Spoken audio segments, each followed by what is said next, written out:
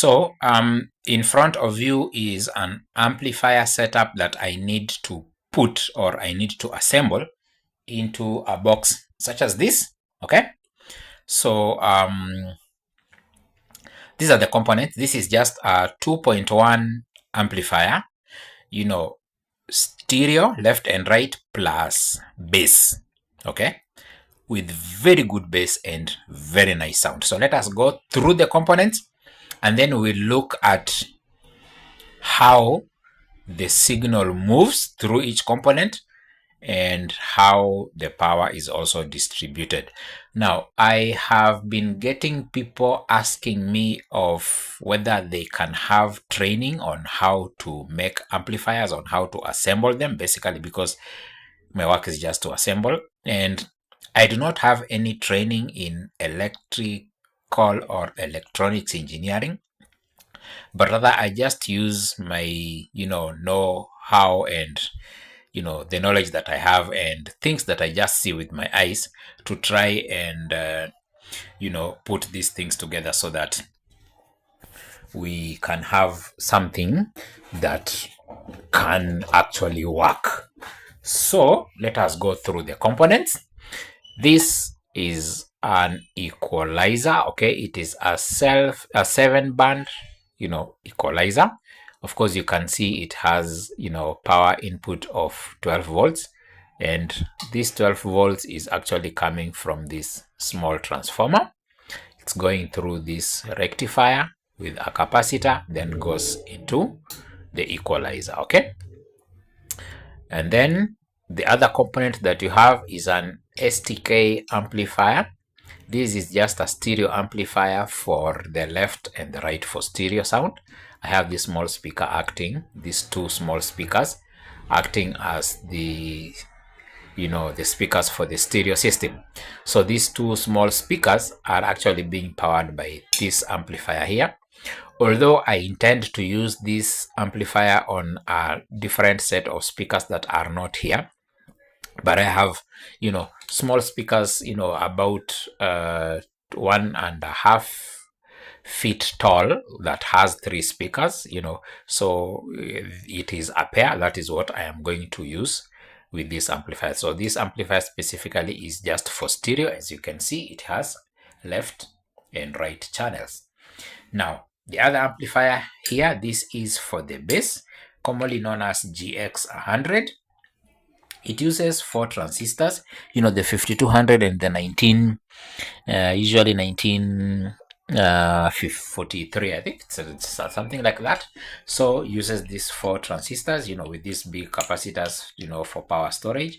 And this is what I am using for the bass. It comes with 2 knobs that you can see here. One is for volume, the other one is for frequency. Of course, this is where your input is. And I am running it using this transformer, which is 24024 with 5 amperes. But ideally, as you can see from the writings here, on the side for power input, this can actually take up to 50 volts. It's showing an average on a power range of 20 to 40 volts. So I'm using 24 volts times 2 times 5 amperes, which is not bad actually, because I am not intending to run this amplifier on a very powerful speaker.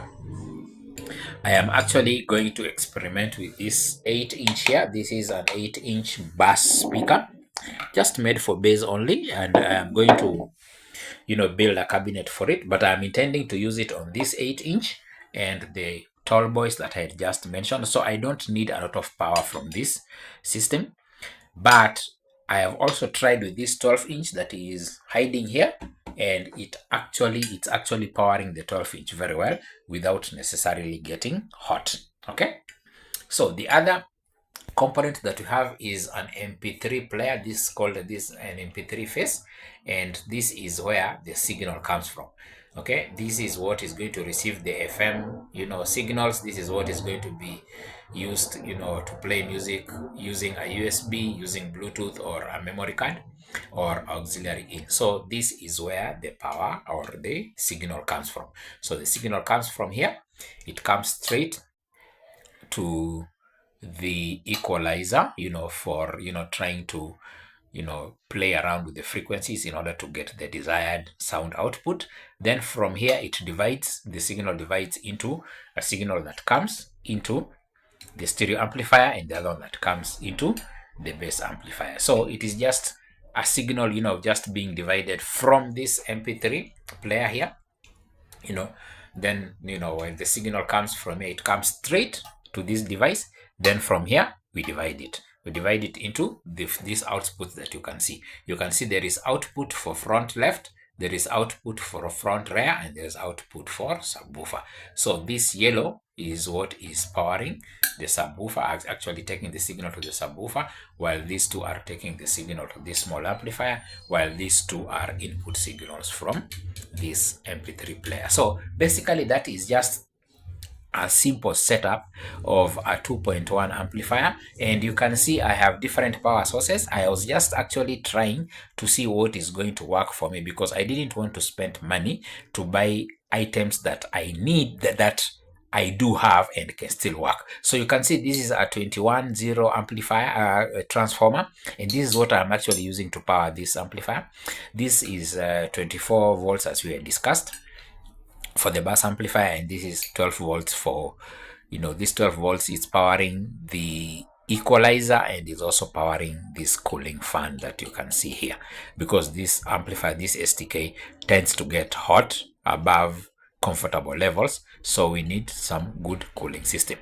Okay, and this MP3 face is actually being powered by this adapter over here. I tried this adapter and it was very noisy. It was having a hum, but this one is dead silent. So this is what I'm going to use to power the MP3 face. And the reason as to why I'm having multiple power sources is to eliminate the hum, that background hum, because it's usually not a comfortable feeling. But should I connect the system as it is very silent. There is no background hum, and actually the sound output is very good. So the work that I have right now is to assemble all this into a box that is going to make it more presentable. It's going to make it more portable.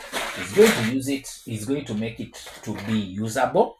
And I am actually envisioning making a box that looks like this, almost, something like this. Okay. So we'll have the fan at the back. We'll have, the connectors for the speakers. We'll have a cable for, connecting to the electricity mains. We'll have places for connecting auxiliary. Of course, the knobs and the switches will be in front. I am going to make a similar box like this that is going to, accommodate all this without necessarily making it too bulky. Okay, I know the components are many, so I'll have to come up with a box that is going to fit them all.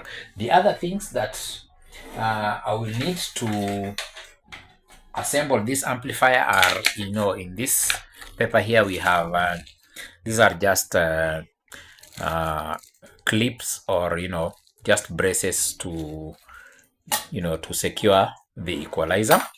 These are knobs that are going to use for these controls for the volumes, as you can see here, and also these other controls that you can see here. So these are just knobs that are going to place them here, so that at the end of the day, from this box, it will just be appearing as such, and they're pretty good quality and they look very good.